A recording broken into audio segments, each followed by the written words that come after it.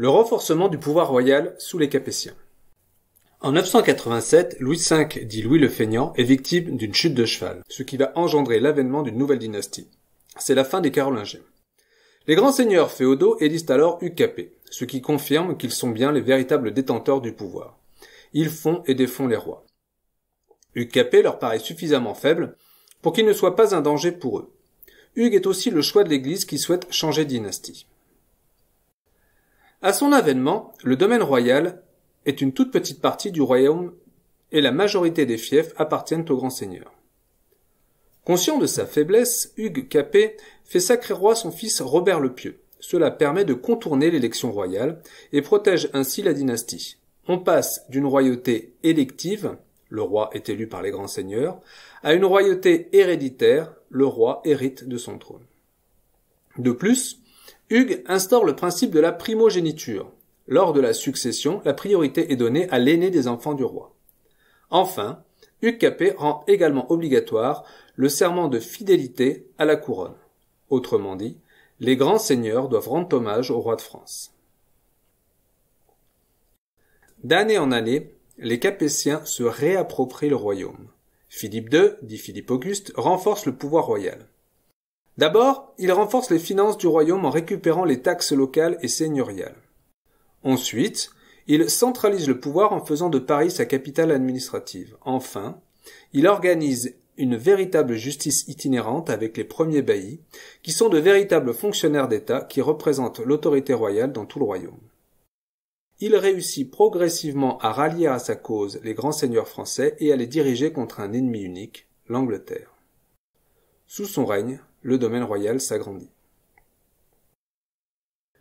Louis IX, dit Saint-Louis, s'entoure de conseils spécialisés pour mieux pouvoir gouverner. Il impose également une monnaie royale dans tout le royaume. Philippe IV le Bel est le dernier des Capétiens à participer à la fondation d'un État moderne en France. Le nombre d'officiers royaux augmente et l'administration royale s'organise.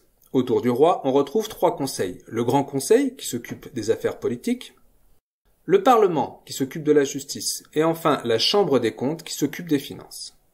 Sous son règne, le domaine royal s'étend de nouveau. Après lui, ses trois fils meurent sans descendants. Ce seront les derniers Capétiens. Cette période a donc été marquée par une extension du domaine royal, ce que l'on peut voir avec une succession de cartes. En 987, en 1180, en 1223,